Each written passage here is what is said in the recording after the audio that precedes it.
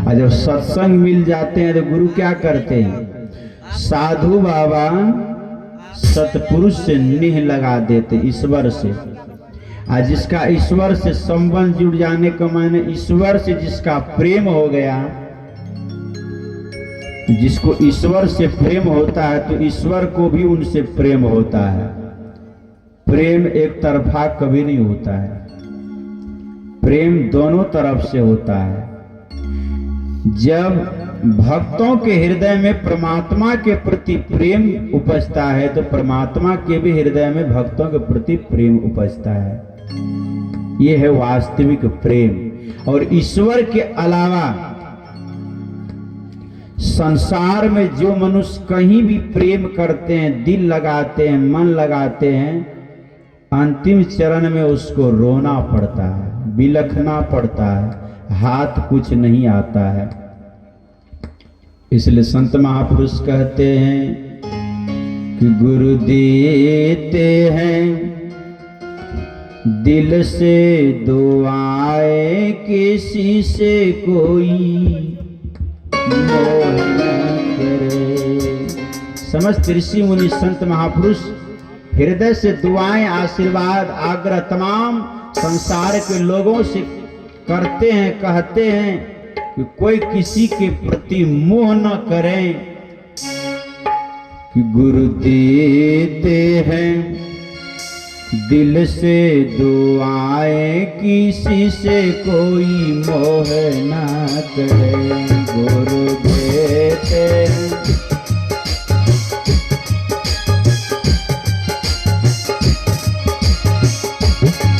किसी से कोई मोह न करे, किसी से कोई मोह न करे, किसी से कोई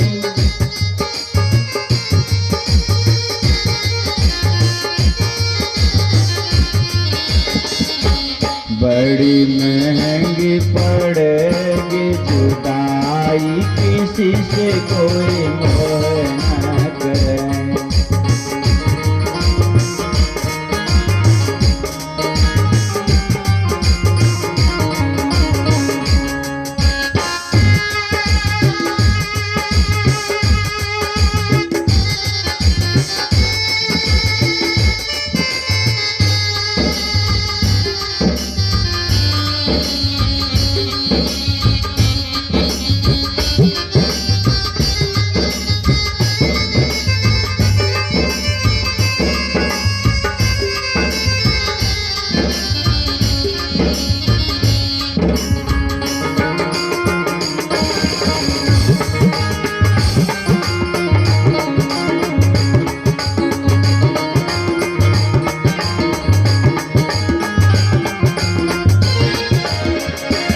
देते हैं दिल से दुआएं, किसी से कोई मोह ना करे। मोह क्यों नहीं करें? कि मोह सकल व्याधीन कर मूला, अतिनते पुण्य उपजहि बहुसूला। समस्त व्याधियों का, दुखों का मूल जड़ मोह है, ममता है, अज्ञान है। इसलिए किसी व्यक्ति के प्रति ममता न करें, मोह न करें, चाहे पत्नी हो, चाहे पुत्र हो, चाहे परिवार हो, चाहे संसार का कोई लोग हो, पर किसी के प्रति मोह न करें। अर्थात सद्व्यवहार उनके प्रति करें, जो आपका कर्तव्य है, धर्म है, वो करें, पर मोहासक्त न बने, आसक्त न होवे, कि आसक्ति सर्व दुखों का कारण होती है। सज्जनों, हम और आप उज्जैन के महान प्रतापी महाराज श्री भर्तृहरि का नाम संसार के लोग जानते हैं। बहुत बड़े महान चक्रवर्ती सम्राट थे। संयोगवश एक दिन उनके दरवाजे पर एक साधु बाबा पधारे। बड़ा भव्य स्वागत किया राजा भर्तृहरि। स्वागत करने के पश्चात साधु बाबा जब उनके दरबार से चलने लगे, दया करके झोली से एक अमर फल निकालकर राजा भर्तृहरि को प्रदान किए राजा भर्तृहरि से कहा ये अमर फल है, आप ले लीजिए, इसको आप ग्रहण करेंगे आप अमर हो जाएंगे, आप बहुत ही बड़े महान धर्मात्मा सम्राट है, अच्छे से आप राजकाज का संचालन करते हुए समस्त प्रजागणों को आप सदैव खुशहाल रखिएगा। आशीर्वाद देकर शुभकामना ज्ञापन कर साधु बाबा उनके राज दरबार से आगे भ्रमण के लिए चले गए। राजा भर्तृहरि अमर फल प्राप्ति करके बड़े अपने आप को धन्य धन कृतकृत समझ रहे हैं और मन में विचार कर रहे यह तो अमर फल है ना, यह अमर फल अगर मैं खा लूं तो मैं अमर हो जाऊंगा, तो इससे अच्छा है मैं अमर होकर क्या करूं। क्योंकि राजा भर्तृहरि के पास बहुत सी पत्नियां थी, पर बहुत पत्नियों में से रानी पिंगला से बहुत ही अधिक प्रेम करते थे राजा भर्तृहरि। वे सोचते हैं ये अमर फल को यदि मैं अपनी धर्म पत्नी रानी पिंगला को खिला देता हूं तो रानी पिंगला अमर हो जाएगी, तो उनसे जो मुझे प्रेम की प्राप्ति हो रही है वे प्रेम की प्राप्ति सदैव मुझे होती रहेगी। राजा भर्तृहरि किस पर आसक्त हैं? रानी पिंगला। पिंगला कौन है? उनके धर्म पत्नी। आसक्त मोहासक्त हैं और रानी पिंगला को बुलाकर राजा भर्तृहरि ने अमर फल प्रदान कर दे, कहा ले जा, ये अमर फल है, गुरु बाबा दिए, तुम इसे प्रेम से ग्रहण कर लेना, तुम अमर हो जाएगी। अमर फल हाथ में लेकर रानी पिंगला भवन चली जाती है और भवन में जाकर चिंतन मनन करते, ये तो अमर फल है, इसे मैं खाऊंगी तो अमर हो जाऊंगी, इससे अच्छा है मैं इसे न खाकर। और रानी पिंगला प्रेम करती थी राजा भर्तृहरि के मंत्री से, कहा मैं अपने प्रेमी को अगर ये फल खिला दूं वे अमर हो जाएंगे, तो उनसे मुझे प्रेम की प्राप्ति सदैव होती रहेगी। राजा भर्तृहरि आसक्त किस पर हैं? अपने धर्मपत्नी रानी पिंगला पर। और रानी पिंगला किससे प्रेम कर रही है? महाराज भर्तृहरि के मंत्री से। अब मंत्री को बुलाकर रानी पिंगला अमल फल प्रदान करती है, का इसे ले जाकर प्रेम से आप ग्रहण कर लीजिए, आप अमर हो जाएंगे और आपसे जो प्रेम और सुख की प्राप्ति मुझे हो रही वह सदैव होती रहेगी। मंत्री फल लेकर अपने घर चले गए। अब मंत्री सोचा कि ये फल मैं खाऊं तो मैं अमर हो जाऊं, मैं क्यों खाऊं? मंत्री भी प्रेम केवल रानी पिंगला से ही नहीं, वह मंत्री प्रेम रानी पिंगला से करते हुए और उनसे बढ़कर विशेष प्रेम करते थे उस राज की नगर वधु अप्सरा जिसको वेश्या कहते, उनसे। कहा ये फल मैं ले जाकर अगर नगर वधु को दे दूं वे वेश्या इस फल को खा लेगी, अमर हो जाएगी, तो मुझे सब प्रकार के सुख की प्राप्ति होती रहेगी। वे फल ले जाकर वे नगर वधु को दे देती है। नगर वधु वे फल प्राप्त कर को धन धन समझ रही है। वे सोच रहे कि अगर ये अमर फल है इसे मैं खा लूं तो मैं अमर हो जाऊंगी। अगर मैं अमर हो गई तो मैं जो दुष्कर्म कर रही हूं तो इस तरह के दुष्कर्म से मुझे कभी मुक्ति नहीं मिलेगी, क्योंकि वह वेश्या चिंतन कर रही है अपने आप में, ये अमर फल जब मैं खा लूंगी तो मैं अमर हो जाऊंगी और जब मैं अमर हो जाऊंगी तो दुष्कर्म से मुझे मुक्ति नहीं मिलेगी और मैं इस तरह का दुष्कर्म कर रही हूं धन के लिए। इससे अच्छा होगा इस राज के उत्तम राजा महान सम्राट भर्तृहरि है, उसे ले जाकर यदि मैं ये फल समर्पण कर दूंगी, इतना बड़ा जब मैं महाराज श्री भर्तृहरि को उपहार दूंगी तो अवश्य महाराज खुशी होकर हमको बहुत इनाम में धन देंगे और वे धन देंगे, उसी धन से हमारा गुजर बसर हो जाएगा और मैं जो दुष्कर्म अभी कर रही हूं यह दुष्कर्म करना मैं छोड़ दूंगी, त्याग दूंगी। ये चिंतन मनन कर रही है नगर वधु और चिंतन मनन करती हुई वह फल लेकर के महाराज भर्तृहरि के दरबार पहुंच जाती है। अब भर्तृहरि दरबार पहुंचकर नमन करती हुई हाथों में अमर फल प्रदान करती है। अमर फल प्रदान करती हुई नगर वधु कहती, महाराज जी ये अमर फल है, अगर आप इसे प्रेम से ग्रहण करेंगे आप अमर हो जाएंगे और युग युग तक आप राजकाज का संचालन करते हुए समस्त प्रजाओं का खुशहाल रखेंगे। महाराज श्री का बहुत बहुत धन्यवाद है तुझे। पर साथ ही साथ एक बात बताओ, कहा क्या?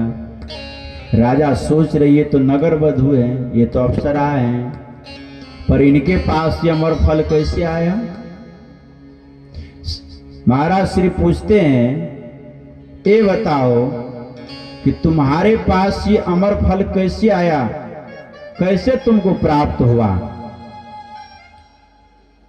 कहा महाराज श्री ये अमर फल मुझे आपके ही दरबार में आपके ही पास रहने वाला जो मंत्री है उसी समय यह अमर फल की प्राप्ति हुई है। कहा मेरे मंत्री से तुझे अमर फल की प्राप्ति हुई? कहाँ? मंत्री को बुलाया गया। कहा क्या जी तुम इसे अमर फल दिए हो?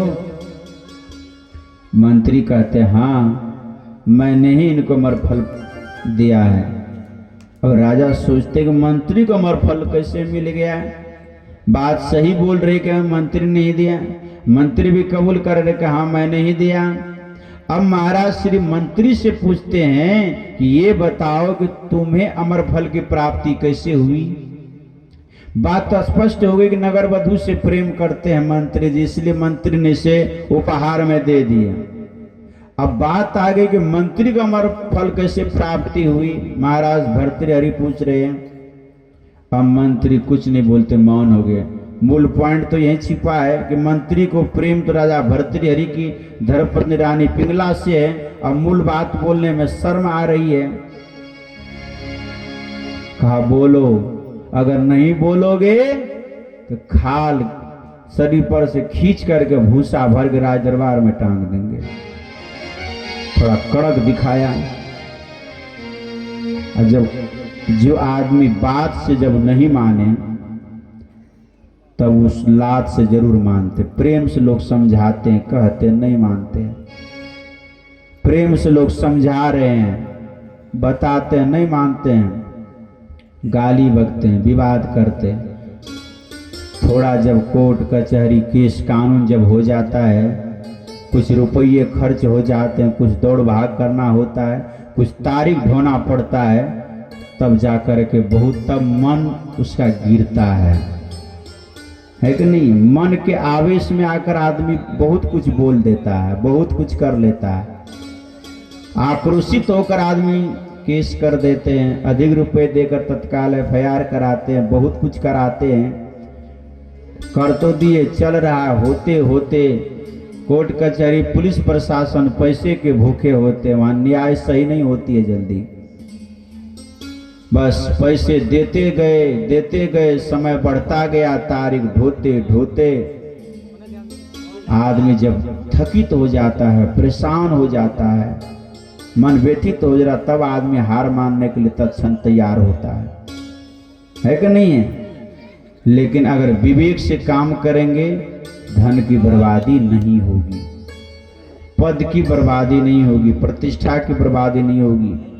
जो सहता है वो आगे बढ़ता है। प्रेम से, जुगती से परिवार समाज सबको लेकर के और सही न्याय के पथ पर चलने वाला व्यक्ति विवेकवान होता है। इसलिए राजा ने कड़क दिखाया, मंत्री को भय हो गया। बड़े प्रेम से तभी से पूछ रहे हैं, मंत्री बोल ही नहीं रहे। कड़क दिखाया, झट कहता है कि यह फल हमको रानी पिंगला से मिला।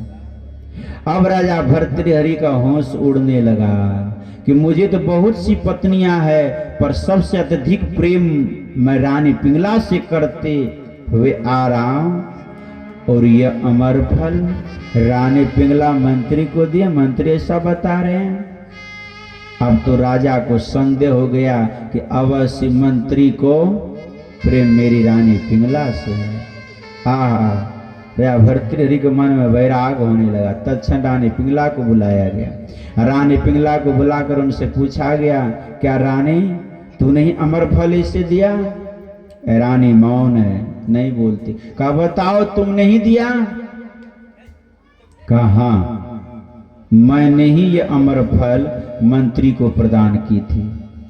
अब राजा भर्तृहरि तो समझ गए कि यह अमर फल तो गुरु बाबा हमको दिए, हम रानी पिंगला को अमर होने के लिए दिए। रानी पिंगला मंत्री को दिया, मंत्री ने अप्सरा को दी। समझ में आई बात? राजा भर्तृहरि प्रेम करते थे रानी पिंगला से, धर्मपत्नी थी, उनके प्रति समर्पण थे। और रानी पिंगला राजा भर्तृहरि से प्रेम करती भी उनके साथ और दरबार में रहने वाले मंत्री से भी करते थे। और मंत्री का प्रेम था नगर वधु से, इसलिए यह फल राजा के हाथ से चला गया रानी के हाथ, और रानी के हाथ से गया मंत्री के हाथ, और मंत्री के हाथ से गया नगर वधु के हाथ, और नगर वधु के हाथ से पुनः लौट कर फल आया महाराज भर्तृहरि के हाथ में। तब तो राज खुला।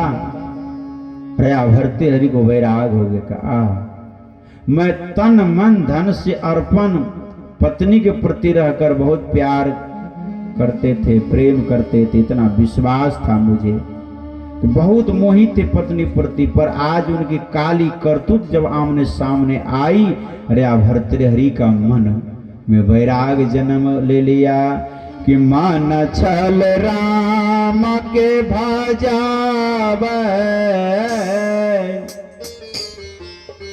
सकला भरामा के तेजवई। माना छल राम के भजवई, सकला भरामा के तेजवई।